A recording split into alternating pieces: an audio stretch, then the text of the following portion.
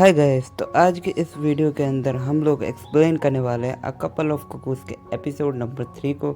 ये वीडियो काफ़ी मज़ेदार होने वाली है, तो अब इस वीडियो को लाइक शेयर सब्सक्राइब कर देना। एपिसोड के स्टार्टिंग में नागी चिल्लाते हुए कहता है कि तुम्हारे मॉम डैड पागल तो नहीं है कि उन लोगों ने हमें एक हफ्ते के लिए यहाँ पे अकेला छोड़ दिया। लेकिन तभी अमाने कहते चिल्लाने का कोई फ़ायदा नहीं, वो लोग ऐसे ही हैं और वो तुम्हारे भी मॉम डैड है, ये चीज़ बोलना मत। इसके बाद नागी को मैसेज आता है कि उसके घर वाले को पता लग जाता है कि वो लोग यहाँ पे हैं। वो लोग कहते हैं कि तुम लोग मज़े करना 2 हफ्ते आराम से। जिसके बाद नागी उनको मैसेज करता है कि आप अपने बच्चे से क्या एक्सपेक्ट कर रहे हो। तो यहाँ पर नागी कहता है कि तुम्हारे मॉम डैड ने मेरे घर वालों को भी ये बता दिया। जिसके बाद अमाने कहती है कि मेरे मॉम और डैड किसी भी हद तक गिर जाएंगे हमारी शादी को कराने के लिए। इसलिए नागी मैं चाहती हूँ कि हम दोनों को कुछ रूल्स बनाने पड़ेंगे यहाँ पर रहने के लिए, क्योंकि मैं किसी भी तरीके से तुमसे शादी नहीं करना चाहती। नागी कहता है कि अच्छा ठीक है, मैं भी यही चाहता हूँ। इसके बाद वो कहती है मेरा रूम ऊपर है तो तुम ऊपर बिल्कुल मत आना। जिसके बाद नागी बैठता है और कहता है कि क्या 2 हफ्ते मुझे इस घर में गुजारने पड़ेंगे। जिसके बाद नागी अपने रूम में जाता है और उसका रूम लिटरली काफ़ी साफ़ सुथरा होता है। ये देखकर नागी चौंक जाता है और कहता है कि मुझे ऐसी ही जगह चाहिए पढ़ाई के लिए, ये एकदम बेस्ट है। बट वो कहता है कि क्या फ़ायदा, मेरे पास तो मेरी कॉपियाँ किताबें भी नहीं है, मैं हीरो से फर्स्ट कैसे आ पाऊँगा और उसे अपने आगे की जर्नी में कैसे रह पाऊँगा। नेक्स्ट डे नागी जग जाता है। वो कहता है कि आज तो मैं कुछ ज़्यादा ही देर तक सो गया, 10:15 हो गए हैं। लेकिन तभी नागी को चिल्लाने की आवाज़ आती है बाथरूम से और वो कहता है अरे यार कौन चिल्ला रहा है, क्या हुआ अमाने। और वो चिल्लाते हुए उसके रूम में आ जाता है और वो देखता है कि अमाने तो न्यूड है और अमाने फिर टॉवल पहनती है और नागी उससे सॉरी बोलता है कि मैं गलती से अंदर आ गया था। जिसके बाद अमाने कहती है क्या वो तुम इस छिपकली को भगा सकते हो। यहाँ पे नागी कहता है नहीं नहीं बाप रे, मेरे को छिपकली से बहुत ज़्यादा डर लगता है, मैं उसको भगा नहीं सकता। लेकिन उसके बाद अमाने अपने हाथ से सब बाहर फेंक देती है और वो कहते तुम 1 नंबर के झंडू आदमी हो। यहाँ पर नागी कहता है कि मुझे माफ़ कर देना। जिसके बाद नागी कहता है कि अरे यार मेरे पास मेरी किताबें भी नहीं हैं और मैंने खाना भी बना दिया। ये मैम साहब अच्छा फ़ोटो खींच रही है इंस्टा पे अपलोड करने के लिए। और वो कहता है कि फ़ोन को पढ़ाई के लिए भी यूज़ किया जा सकता है, लेकिन नहीं, मेरे फ़ोन की बैटरी वो लो कैसे हो गई, मेरा फ़ोन के पास तो मेरा चार्जर भी नहीं है, मैं क्या करूं। और वो कहता है कि मुझे अभी पढ़ाई करने के लिए कुछ भी करना पड़ेगा। वो सुनता है कि अरे यार अमाने तो अपना चार्जर और बुक्स वापस भेज रही है। और वो उससे कहता है कि अमाने प्लीज़ इन बुक्स और चार्जर को मत फेंको, क्या तुम इन्हें मुझे दे सकते हो, मुझे पढ़ाई करनी है, मैं तुम्हारे लिए कुछ भी करूँगा। अमाने कहती है कुछ भी, अच्छा ठीक है। तो वो अमाने के लिए रिफ्लेक्टर को पकड़ने लगता है और अमाने कहती है ठीक से रिफ्लेक्टर पकड़ो, अगर मेरी पिक्चर में थोड़ा सा भी दाग आया तो मैं तुम्हें नहीं छोड़ूंगी। जिसके बाद नागी कहता है अच्छा ठीक है। फिर वो उसकी कुछ पिक्चर्स पे क्लिक करने लगता है और वो कहता है कि अमानी सच में तो ब्यूटीफुल है, इसलिए लोग उसे इतना ज़्यादा फॉलो करते हैं। इसके बाद अमानी उसके पास आकर कहते तुम मुझे घूर क्यों रहे हो। जिसके बाद नागी उसके ऊपर गिर जाता है और वो एक बेड पे एक साथ होते हैं। अमाने उसे एक पंच मारती है और फिर वो लोग बाहर आकर कुछ फ़ोटोज़ खींचते हैं। यहाँ पे अमाने कहते हैं तुम्हारी फ़ोटो सच में काफ़ी ज़्यादा अच्छी है, बट मेरे इंस्टा पे अपलोड करने के लिए बिल्कुल भी ठीक नहीं है। नागी उसके ऊपर पानी फेंकता है, लेकिन तभी यहाँ पर अमाने कहते तुम मेरे ऊपर पानी क्यों फेंक रहे हो। नागी उसे एक पिक्चर दिखाता है, ज़रा इस पिक्चर को देखो। तो यहाँ पर वो पिक्चर काफ़ी सुंदर होती है। अमाने उसकी काफ़ी तारीफ़ करती है और नागी कहता है बट अब मैं तुम्हारी एक भी पिक्चर नहीं खरीदूँगा क्योंकि तुमने मेरे को एक भी चार्जर नहीं दिया। लेकिन तब यहाँ पे अमाने उसके ऊपर पानी फेंक देती है और नागी कहता है कि अच्छा मेरे ऊपर पानी फेंका, लगता है मुझे तुम्हारे ऊपर पानी फेंकना पड़ेगा। और वो दोनों पानी से खेलते हैं, फिर भीग जाते हैं। जिसके बाद अमाने कहती है कि तुम इतना पढ़ते क्यों, मैं पहली बार तुम्हारे जैसा एक लड़का देखा जो इतना पढ़ता है। यहाँ पर नागी बताते कि मुझे भी नहीं पता कि मैं इतना क्यों पढ़ता हूँ, बट मुझे अपने माँ बाप को ऊपर लाने के लिए पढ़ना तो पड़ेगा ही। नागी कहता है कि तुम इंस्टा पे इतने वीडियो क्यों बनाती हो, वायरल होने के लिए। लेकिन यहाँ पर अमाने बताती है इसके पीछे का एक सीक्रेट रीज़न है, मुझे किसी को कुछ कन्फेस करना है, इसलिए मुझे इंस्टा पे वायरल होना है।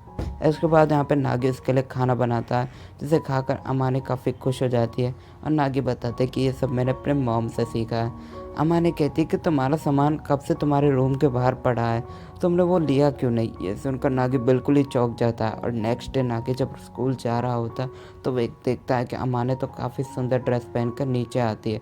नागी कहता है तो मैं स्कूल नहीं जाना क्या। लेकिन तभी अमाने कहती है स्कूल, अभी तो मैंने स्कूल ज्वाइन ही नहीं किया। जिसके बाद यहाँ पे नागी अपने स्कूल की तरफ आ जाता है और यहाँ पे वो हीरो को देखता है। तो हीरो अपने क्लास में जा रही होती है और नागी को याद आता था कि उसने तो हीरो को चैलेंज किया था। वो सोचता है कि आज का तो सारा जो मामला है वो मेरे एग्ज़ाम के ऊपर डिपेंड है कि मुझे फर्स्ट आना है। जिसके बाद उसे हीरो का एक लेटर मिलता है।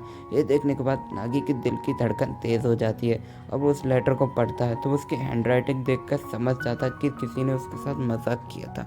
और नागी को तभी हीरो दिखाई देती है। वो उससे कहता है हीरो मेरी बात तो सुनना, लेकिन तभी हीरो वहाँ से भाग जाती है कि नागी मुझे तुमसे बात नहीं करनी, मैं यहाँ से जा रही हूँ।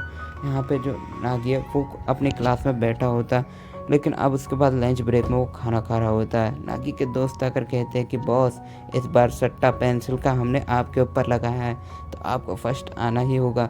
इसके बाद उसके दोस्त वहाँ से चले जाते हैं और नागी इस पर काफ़ी कॉन्सेंट्रेट और काफ़ी खुश होता है कि वो फर्स्ट आएगा। यहाँ पे हीरो की पार्टी के टीम मेंबर्स आ जाते हैं और नागी से कहते हैं कि इस बार तुम फर्स्ट नहीं आओगे। नागी सोचता है कि हीरो कितने ज़्यादा अच्छी है और क्या वो लेटर उसी का ही था जो मैंने कचरे के डिब्बे में फेंक दिया। यहाँ पर नागी देखता है कि वो तो फर्स्ट आ जाता है। वो देखता है कि वो तो फर्स्ट आ जाता है और वो इस चीज़ के ऊपर बिल्कुल बिलीव नहीं कर पाता और वो समझ जाता है कि वो लेटर सच में हीरो ने ही दिया था। जिसके बाद नागी सोचने लगता है और वो देखता है कि वो लेटर अब भी कचरे के डिब्बे में पड़ा है। नागी अब हीरो का इंतज़ार कर ही रहा होता है टेरेस के ऊपर, जहाँ पे हीरो आकर उससे कहती है कि नागी मुझे तुमसे कुछ कहना है। बट यहाँ पे हीरो काफ़ी नर्वस हो रही थी। वो कहती है कि मैं तुमसे कह नहीं पा रही, मैं तुमसे कैसे कहूँ। अब वो कहती है कि मुझे काफ़ी शर्म आ रही है। जिसके बाद नागी कहता है हीरो शांत हो जाओ और तुम्हें जो कहना है आराम से कहो। हीरो काफ़ी एटीट्यूड में कहती है कि नागी देखो इस बार तो तुम फर्स्ट आ गए, लेकिन अगली बार मैं फर्स्ट आऊँगी। इस बार मेरी हैंडराइटिंग की वजह से मैं हार गई। यहाँ पे नागी अपना बुखार चेक करता है तो वो उसे 38 डिग्री बुखार आया था। वो कहता है कि मैं अपनी पढ़ाई नहीं रोक सकता, मुझे पढ़ाई करनी होगी। और अमाने कहती है ये लड़का कितना ज़्यादा ही ज़िद्दी है।